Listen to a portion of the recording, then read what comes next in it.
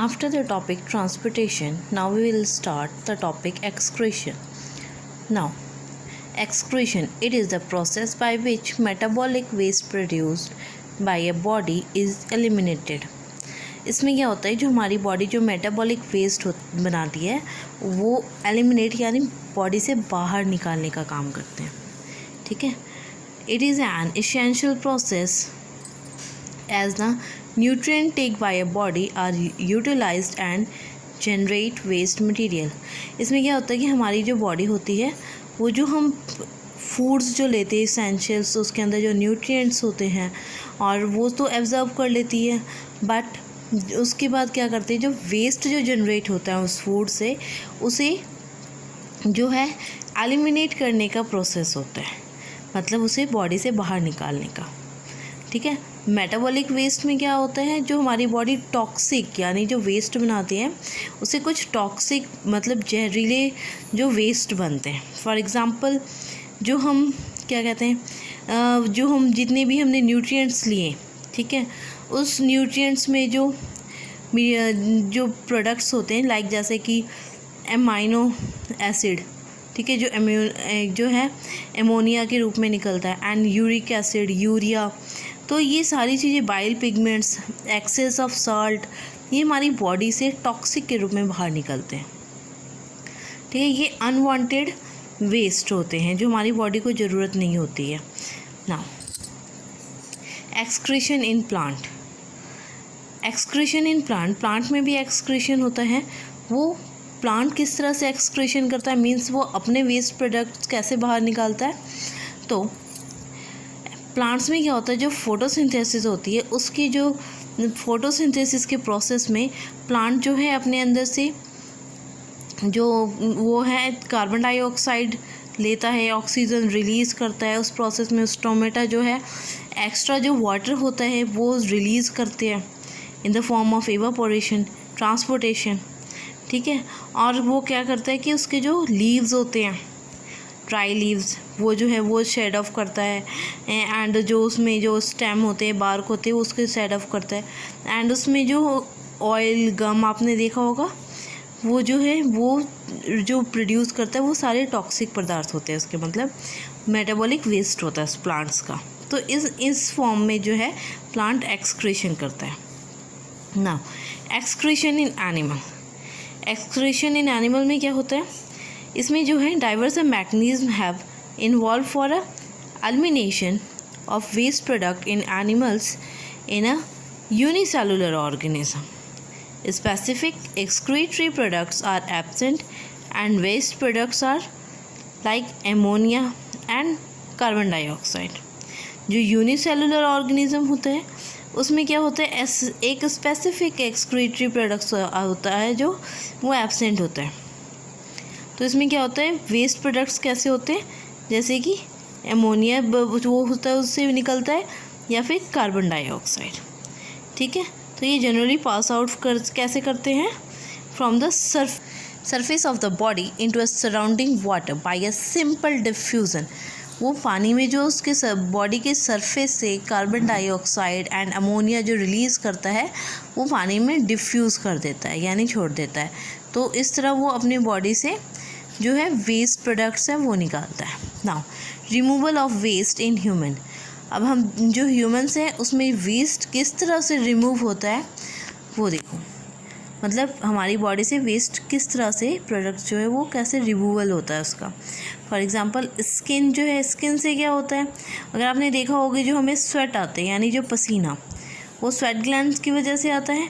उसमें क्या होता है, हमारी बॉडी क्या रिलीज़ करती है, वाटर, यूरिया एंड सॉल्ट. ठीक है. ये हमारे बॉडी के सरफेस से रिलीज़ होते हैं. नाउ लीवर क्या करते हैं, it is a detoxifies and break down the chemical. ये केमिकल को ब्रेक करता है. तो फिर क्या होता है, उससे poisonous and their toxins that enter the body. तो उससे क्या है कि केमिकल को जब ब्रेक किया तो पॉइजन्स जो है एंड अदर टॉक्सिन जो है एंटर करते हैं ना बॉडी को, तो उसको वो डिटॉक्सिफाई करता है. ठीक है.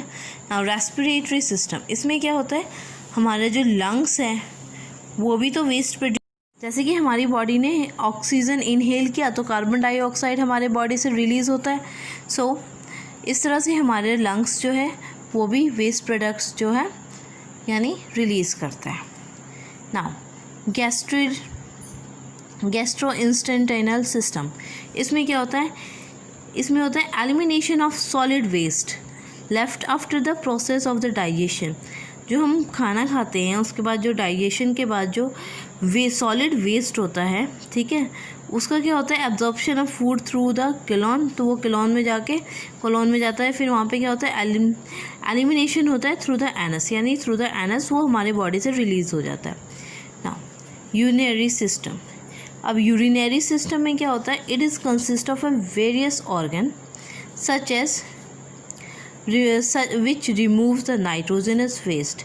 इसमें क्या होता है कि हमारी बॉडी का जो ये नाइट्रोजनस वेस्ट को रिमूव करता है from the blood such as urea as well as salt, excess water and excrete them in the form of urine. Like अगर हम देखें तो जो हमारा ब्लड जो है वो किस कलर का होता है, रेड, बट जो हमारा जो यूरिन होता है वो किस कलर का, पेल येलो कलर का। देन अब हम ये सोचें कि हमारी बॉडी से जो ये यूरिया और ब्लड का क्या कनेक्शन, मतलब किस तरह से निकलता है।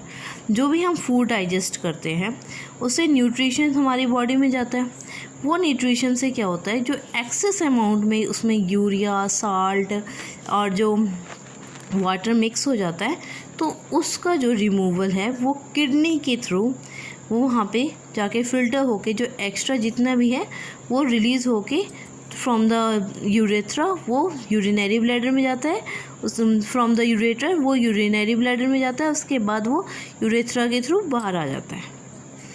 ठीक है। Now excretion in human being में एक्सक्रीशन जो है, एक मेन जो इसमें काम क्या होता है एक्सक्रीशन में, वो काम होता है यूरिनरी सिस्टम का। ठीक है।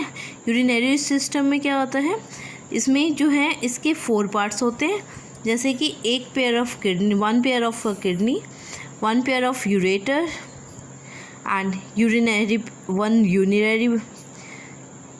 Bladder and urethra. ठीक है। अब पेयर ऑफ किडनी क्या है,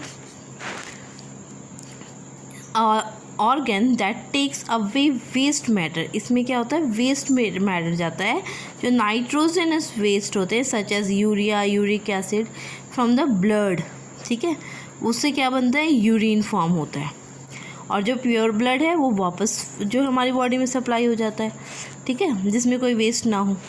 अ पेयर ऑफ यूरेटर क्या है, एक लॉन्ग ट्यूब है जो कनेक्ट किससे होती है, यूरिनरी ब्लैडर से।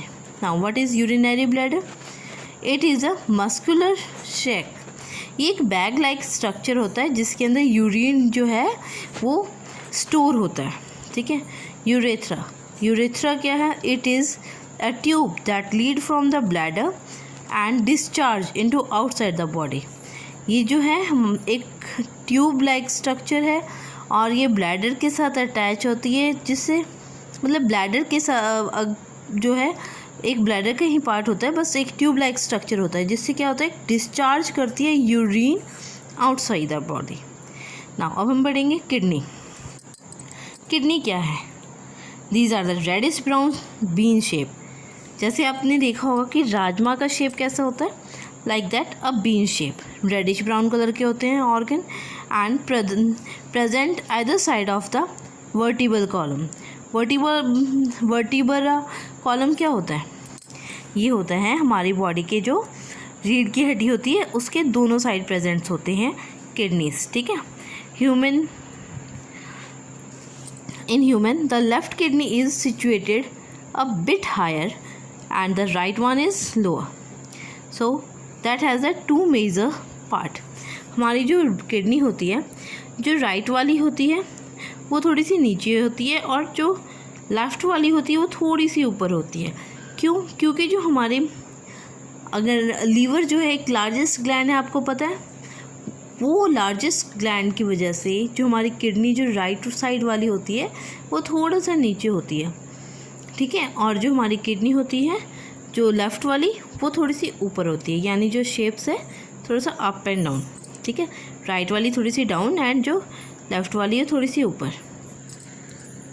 Like we see in here in the figure, these are the kidneys. This one is the right kidney and this one is the left kidney. Okay, then इसमें आपको दिखाएगी right वाली जो है वो थोड़ी सी नीचे होती है, लेफ्ट वाली थोड़ी सी ऊपर होती है। तो ये होती है किडनी की शेप। और ये जो है इसकी ट्यूब लाइक स्ट्रक्चर, ये है ureter and this is called the urinary bladder. And ये जो है जहाँ से यूरिन पास आउट होता है उसे बोलते हैं हम यूरेथ्रा, ठीक है। ये होती है रीनल वेन इसकी एंड ये होती है रीनल आर्टरी। और दूसरा ये होते हैं abdominal aorta and this is the inferior vena cava, ये होता है, ठीक है। तो ये होगी किडनी की स्ट्रक्चर ना। अब कहेंगे जो ब्लड है वो कैसे फिल्टर होता है इसमें के अंदर। जो ब्लड जो है वो होता है बोमेन कैप्सूल्स के हेल्प से जो है वो फिल्टर होता है, ठीक है, in the kidney. Bowman's capsule, जो किडनी के अंदर millions of Bowman's capsule presents होते हैं जो क्या करते हैं, वो ब्लड को प्यूरिफाई करते हैं यानी फिल्टर करते हैं, ठीक है। जैसे ब्लड जो है यहाँ से एंटर होगा, ठीक है, यहाँ से एंटर होगा ब्लड और उसके बाद वो क्या होगा, वो इसके अंदर जो ट्यूब लाइक स्ट्रक्चर उसके थ्रू पास आउट होगा और जो नाइट्रोजन वेस्ट है वो जो है इसके थ्रू क्या होता है वो बाहर आ जाता है फ्रॉम द नेफ्रॉन। हाँ, एंड जो बाकी का जो है जो प्योर हो जाता है उसे ये जो बोमेन कैप्सूल है उसे वापस बॉडी में सप्लाई कर देते हैं। हाँ, मैंने आपको भी बताया था कि किडनी के पास क्या है, किडनी के अंदर क्या प्रेजेंट्स होते हैं, millions of nephron which is the fundamental functional unit of kidney. ये fundamental functional unit of kidney है। So a nephron is divided into 2 parts. Nephron 2 parts में डिवाइड होते हैं। एक होता है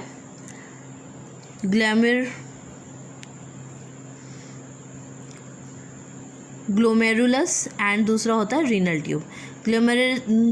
ग्लोमेरुलस क्या होता है, इट इज़ द टफ और a bunch of a capillaries that perform the first step of the filtering blood to form a urine। ये फर्स्ट स्टेप इससे परफॉर्म होता है जो ब्लड को फिल्टर करता है और उससे क्या बनता है, यूरिन। नाउ रीनल ट्यूब्यूल, इसका काम क्या होता है, it being which a double walled cup like structure. ये कप लाइक स्ट्रक्चर होता है जो कि जिसे हम बोमेन कैप्सूल बोलते हैं, विच enclose the glamorous.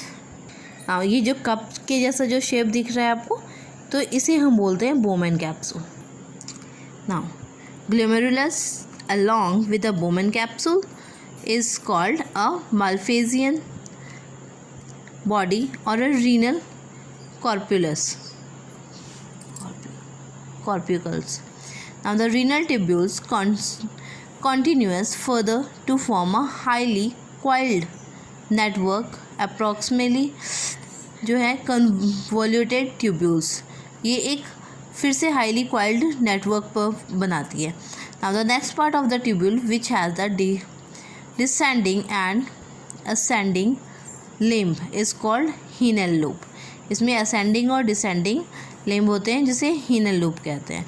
This is a further continuous as a highly coiled tubular region जिसे हम क्या बोलते हैं, जिसे हम बोलते हैं distal convoluted tubules। Now the distal convoluted tubules of a many nephron open into a straight tube called collecting duct। वो straight tube में जाती है जो सीधी वाली है, तो जिसे हम बोलते हैं collecting duct।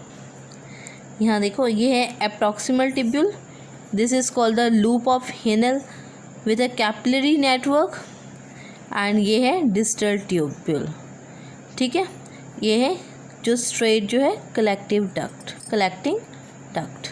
Now mechanism of urine formation. अब यूरिन कैसे बनता है, the process of clearing a blood of a wastage is in the nephrons occurs in their 3 stage. Nephron में ये 3 स्टेज में होता है। एक होता है फिल्टरेशन, दूसरा होता है selective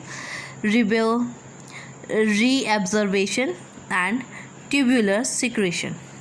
now it is first filtration, it occurs when blood enter into the glomerulus under a high pressure, जब ब्लड जो है एंटर करता है ग्लोमेरुलस में अंडर अ हाई प्रेशर, तब ये फॉर्म करता है.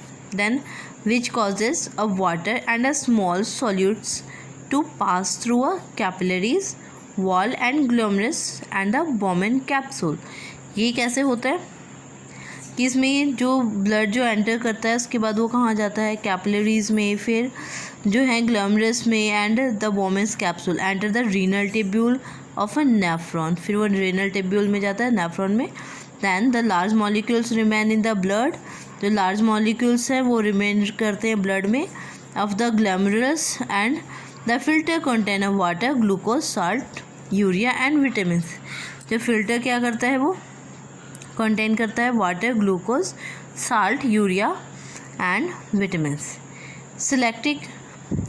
सिलेक्टिव रीअब्जॉर्प्शन, इसमें क्या होता है, some molecules of a glomerulus filter travel back into the blood, इसमें फिल्टर जो करे होते हैं वो वापस ब्लड में चले जाते हैं. Then it occurs in the renal tubules, फिर वो क्या करते हैं, जब रीनल ट्यूब्यूल्स में जाते हैं the glucose and their nutrients, water, essential ion pass through the renal tubules, वो रीनल ट्यूब्यूल से पास करते हैं and enter the surrounding capillaries, फिर वो क्या करते हैं, सराउंडिंग कैपिलरीज में एंटर करते हैं. नाउ रीअब्जॉर्प्शन क्या होता है, इसमें involve the both diffusion and active transport which use the energy from the ATP, ATP से वो एनर्जी यूज़ करता है. Now tubular secretion, tubular secretion में क्या होता है, it is active secretion of waste product into the urinary bladder, urinary bladder में होता है. It ensure the removal of the waste, जो रिमूवल होता है वेस्ट का from a blood, and maintain the ionic balance of a body fluid, ये maintain करता है आयोनिक बैलेंस का of a body fluid. Now urinary bladder control the excretion. Now control of excretion, the urinary bladder collect the urine blood that is formed as a continuous process. continuous process से जो हमारी body के अंदर जो urine बनता है उसे वो क्या करते हैं, होल्ड करते हैं, यानी उसके अंदर कलेक्ट करता है अपने यूरिनरी ब्लैडर के अंदर. And it is as it is collected there is a pressure secretion, तो वहाँ पे क्या होता है, प्रेशर बनता है यूरिनरी ब्लैडर में. And one get and urge to pass a urine, तो फिर उससे क्या होता है कि मतलब प्रेशर वैसे रेजिस्टेंस होती है जिसे यूरिन पास करते हैं via urethra. The bladder muscular nature, bladder जो है वो मस्कुलर नेचर का होता है. It is the reason for feeling the urination of a urination in the is under the voluntary nerves control, तो वॉलेंट्री नर्व्स जो है उसे कंट्रोल करते हैं. नाउ अगर किसी की किडनी फेलियर हो कोई, तो वो कैसे सर्वाइव करेगा, तो उसे क्या, इसीलिए उसे डायलिसिस ट्रीटमेंट दिया जाता है. क्योंकि अगर जब हमारी किडनी फेल हो जाए तो हमारी किडनी अगर फेल हो जाएगी तो हमारी बॉडी का जो यूरिया है वो कैसे निकलेगा, मतलब जो मेटाबॉलिक वेस्ट है वो बाहर कैसे निकलेगा, तो उसके लिए जो है डायलिसिस प्रोसेस होता है. ठीक है, डायलिसिस प्रोसेस इसलिए इम्पॉर्टेंट है, मतलब अगर जिसकी किडनी फेल हो जाती है, अगर उसके डायलिसिस ना हो तो जो हमारी बॉडी का जो यूरिया है, मतलब यूरिनरी जो वेस्ट है, वो वापस हमारे ब्लड के साथ मिक्स होकर हमारी बॉडी में सप्लाई होने लग जाएगा, जो कि एक टॉक्सिक मटेरियल होता है और जो हमारे पूरे ब्लड को ख़राब कर देता है. एंड इसमें ऑफकोर्स है कि वो उसकी डेथ भी हो सकती है, क्योंकि जब पूरे बॉडी में अगर टॉक्सिक फैल जाए तो क्या होगा, ऑब्वियसली जहर फैलने से तो मरते ही ना, टॉक्सिक मीन्स तो जहर ही होता है.